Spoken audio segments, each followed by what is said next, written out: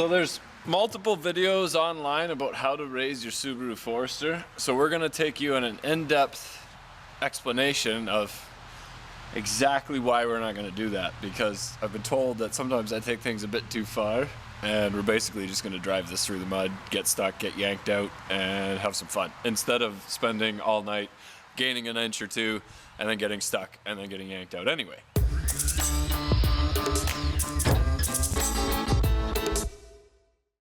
People really respect the fact that we beat on cars that they think should still be on the road. Yeah. All right, let's go. Come on. You gotta go to the pond. See if you can make it through the pond. I'm in my work clothes. You don't see me complaining. Yeah, I work in an office. So.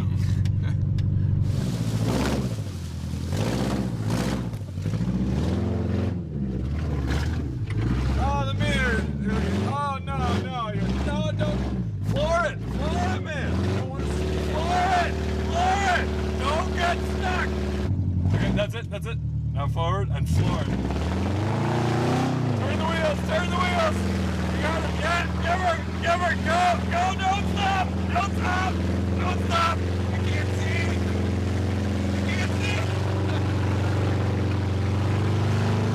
There you go. That's John's work clothes. You could just close the sunroof, but...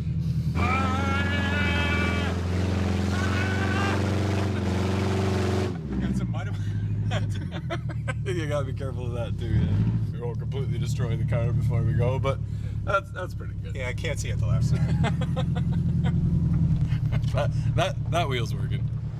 All right, we got my 59 Willys Jeep. We got to get ready for Gopher Dunes. Gopher, whatever. She's been sitting for quite a while. This winter when I tried to move it, I couldn't shift the gears or steer it, so I'm sure there's water in places where there shouldn't be. And another problem, got to do an air intake.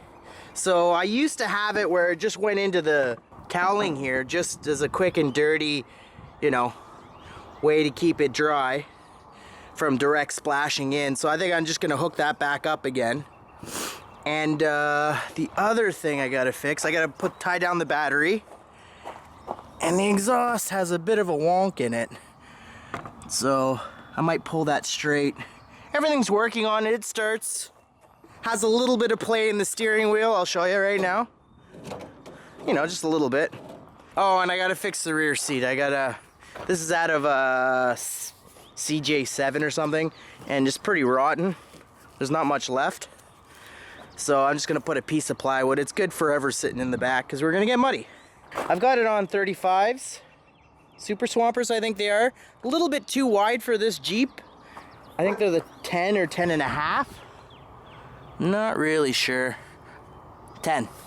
I wish I would have got the 9.5, but these came up for a good price, so I got them. And yeah. And this is Daisy. She's a big lug. Then we got Gypsy and Finnegan over there, if you can see them. And this is garbage I have to clean up. So originally when I bought this Jeep, it had the older style motor, the Go Devil, which was a flathead motor, and then the next generation they actually had a full cylinder head with the valves in it. Hurricane motor, I believe it's called. But it's pretty much the same looking block.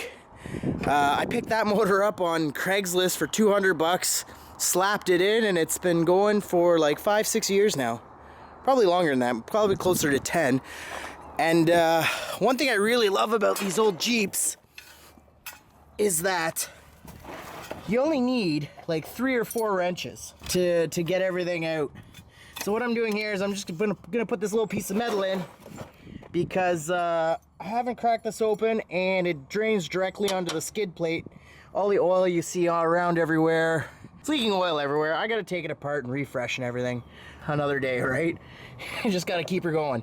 So I'm gonna crack this open. I'm gonna try to. I already loosened it a bit. Oh, there goes the thing. I gotta still use the wrench. So I'm gonna turn it off, turn off the camera, and I'm gonna get it real loose so it's finger tight, and then I'll show you guys what this crap looks like. What's the verdict? Milky? Sludge? Nothing? Could be anything in here. Oh, that's water.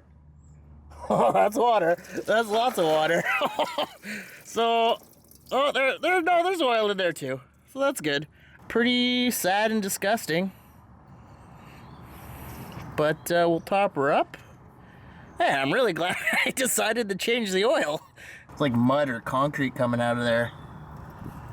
Alright, I just buzzed the bolts off the top of the shifter housing. Yeah, I should clean it, but I don't really care. Let's see how gross that is on there. Yeah, it's pretty gross. The water everywhere. Still looks in good condition. Synchro gears look good. Everything looks like it's still there. But bit of sludge. Alright, changed the gear fluid and we're all good. I used what I had. So all I had was this really grungy 80, 90 weight gear oil, but and it looks like I might have dumped some used oil into it as well, but it'll do the trick for now. It's definitely better than what it had in it, and I think I'm probably gonna go through the whole Jeep and revive it back to its, wow. Anyway, off-road days. I used to off-road this thing like crazy. So the Jeep is half homemade. I'd say like what's original on the Jeep is the hood and this front cowl, part of this, and then it goes to, so this is really thin steel, and then it goes to really thick plate, and someone bashed this out, and it's really fun to off-road. You can hit trees and it won't really bend or move. I had to remake these front fenders. I just bashed these out. They're good work tables. The grill's original too, what's left of it. And the parts are easy to get for it, so if I really do wreck something, it's not a big deal. We'll change the motor oil. And I had another look at the exhaust, and I'm not going to bother with it because it's too much work and I don't really care. And on Engine Masters, they said kinked exhaust doesn't matter. This thing probably has like 60 horse on a good day. So we're going to leave it and keep going, just change the fluids. So, because I really don't want to destroy everything on it, but yeah. All right, we're gonna do the transfer case. I just got it. This one's nice. It has the, you can put this extension in it. What's your guesses on this one, everyone? Nothing? Looks pretty oily, so I probably, ooh. This one's more like caramel, but it has quite a bit in it, so that's good. Oh man, this is what happens when you own too many cars. So I got like 14 or 15, so stuff gets neglected. Alright, that's nice and disgusting. This one's gonna be fun to fill too because I don't really have any tools to like pump it in the sides, so I'm gonna have to get creative, but I probably won't show you how I did it. Alright, so I had to go find another drain or catch can because the transfer case is taking a long time. And I wanted to start draining this before it gets dark. So, oh, that's not bad. That's good.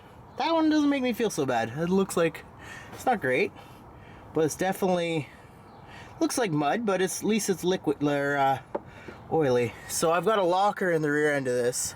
It's probably the best upgrade I did on the Jeep other than the tires. Tires helped out huge for getting over stuff. That was more the problem than mud holes. I actually like skinnier tires, because you get more traction per square inch.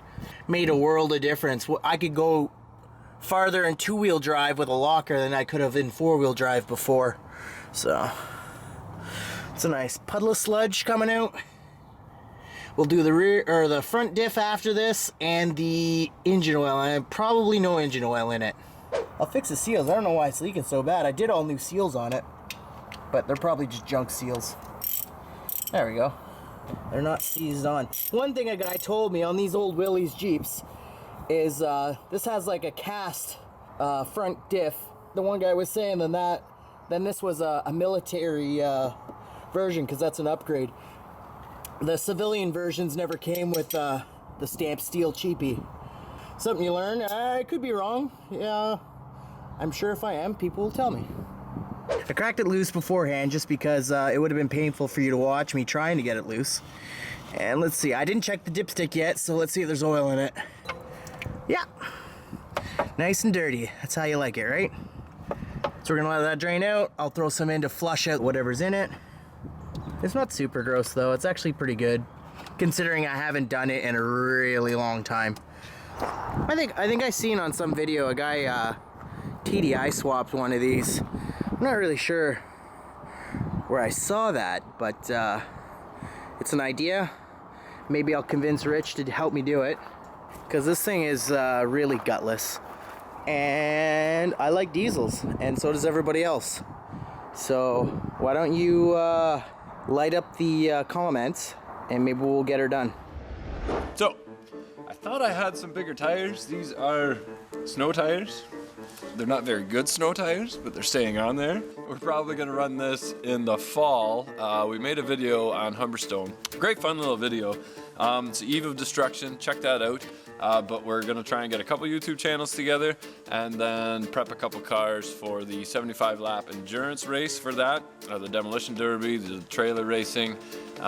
If the Chevy truck lasts that long, we can probably put that one in the Derby for the trailer racing. We don't want to comment on why are you doing this to the vehicles. These vehicles are not safe for the road. We live in the salt belt, the floors are rotten, brakes are done. It's just not worth fixing anymore. And you can say, well, you can give that car to somebody who could really use it. No, because they're gonna have to put thousands of dollars into it to get it safe for the road again. So they're definitely worth having some fun with, but we're not just gonna throw them away. We actually feel really, really bad about the blue Subaru, because it was still running. And Andrew's a super busy guy. We really wanted to keep that Subaru, and that blue Impreza would have been in this mud run, except somehow it got crushed and sent out. So, unfortunately, that one's gone, but we're gonna try and keep some of these cars around longer, unless they get destroyed in the mud, in which case you can buy it as a small cube in a little bit. So, here we go. So this is our Subaru Forester, all-wheel drive, beautiful little car. Right now we're just gonna snorkel it and make sure that we don't take on any water, and then just cross our fingers and have some fun with it. So here we go. No math, okay. Okay, we don't need that.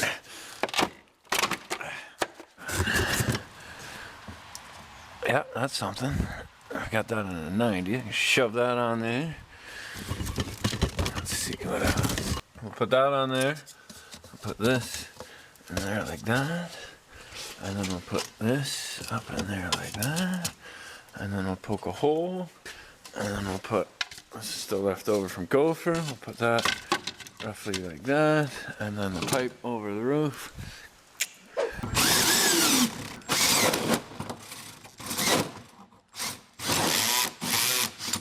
A little while ago I went out and bought this drill at Milwaukee. It's pre-fuel, still a brush drill. Not very happy with it. Bunch of problems. The drill likes to go into the clutches on its own. It gets too hot. If you're gonna buy Milwaukee, get the fuel, 100%, much better. The clutch is much better. It shuts off when it gets too hot, protecting your investment. Yeah.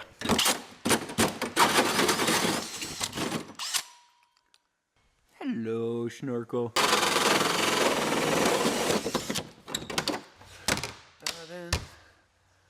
And that's about as much in the passenger view as we can get. And look at this. Like, I don't know what kind of 10 little Chinese fingers get to catch that latch, but oh, look at that. You can still get at it. Wow, it's fantastic. Now, if you're wondering why our pipe is so long, it's because we're cheap and we're not going to cut a perfectly good long pipe. So this likely will still end up in a washer somewhere. But for now, that's perfect. So it's another day, another beautiful day. It rained the past couple days, so didn't really do too much. But I did fix a bit of the steering. Still horrible. See how it's not really doing much, but it was even worse before. I tightened up tighten up the steering box because it's a worm gear. You just break this nut loose and you tighten that screw, and it actually tightens up the gearbox a bit, but it makes it harder to steer. So it's more of like a temporary fix, but it actually is a lot better and not as squirrely when I was driving it. So it'll be perfect for Gopher dunes. So I was just looking around trying to figure out what the heck to do, how to snorkel this. Before, what I used to do is I would just elbow this right in and just had the air breather on the inside of the firewall just to keep it from getting splashed up. It wasn't that effective, but it was good enough. And this was my, you know, little homemade jobby crap fitting. So I used to have dryer vent that worked, but I think I found a better substitute. Some crappy vacuum hose. So I think I'm gonna make these two go together somehow, jam it through that hole, and we'll maybe wrap it around up through the dash and stick it up nice and high and make it look real stupid. All right, this is what we came up with. It's actually one of my better hack jobs. I can be proud of that, you know. Tape, we're waterproofed. Just cut a slit in the side of the pipe, slipped it over, taped it up. There we go. We can stick it back here, up here, wherever we want to go. Might just put it back here, just behind the seat. And you know, you get in trouble, you just grab it and just lift it up. Okay, this is gonna be the big reveal. Okay, come on, you can go check it out. Go check it out. How one is this? Oh, I guess you already see that part. Even if you go completely wild, You just pick it up. You just grab it. That's what the passenger does. See, they right? man, that's hard to drive. No, not for normal people. Not for normal. No, that's all the way back. There's a key. There's a screwdriver down on the side. Yeah. Shh, don't tell anyone though. The steering wheel's horrible. That's how we do it. Is it always four-wheel? It's four-wheel low right now. Okay, the test. We drive over that. Just don't hit that. Oh, no problem. Oh, no, don't spin it. Oh, you got the camera. This is just a cruiser, okay? It's not, we're not Baja. Like tightened up the steering thing, but it's. I can tell. No, that is tighter. That is tighter. It was even worse before. That's a good workout.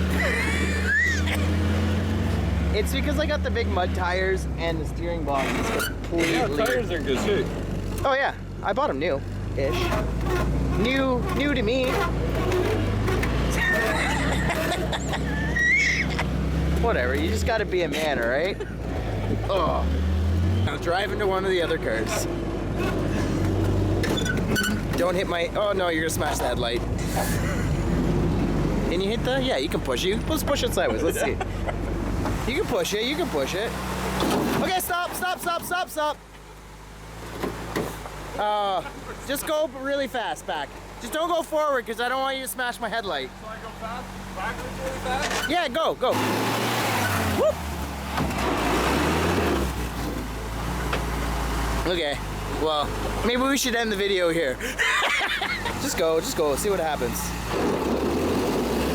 Look at that. That's pretty good, eh? Yeah. Fine. Just digging holes. Do I drive forward again? You want to get caught again? Just a smidge forward. No, don't go forward. And we're out. Oh, it got caught on my license plate holder. That's why. The Dirty Willys. Do I have to do anything to this? No. So, friggin' Stefan drops off his Willys and then expects us to install a seatbelt for him because it's his birthday and he's at home having birthday sex while we're working on his friggin'. I think that's about the only rule of Gopher Dunes is it has to have seatbelts. And I did bolt his seat down too. That was nice of me. But anyway, happy birthday, Stefan. You got some seatbelts. Get some sleep, buddy. Get some sleep. Okay, here we have a Willys Jeep. That's all I know about it. Stefan, this is Stefan's ride. It's got excellent tires on it that stick out way past the fenders. So whoever's gonna be riding in that is gonna get wet. It's been raining all week. There is no shortage of mud. That thing has no power steering, no power brakes, no heater, no nothing. It runs, it moves, all 4 tires spin. That thing is probably going to do very well. This thing is a Subaru Forester, all-wheel drive. It has done pretty well in some, not that deep of mud. The 4-cylinder version, and all we did to that was snorkel it. We were going to lift it. I had no tires that are any better than what's on there. It's got some snow tires on it.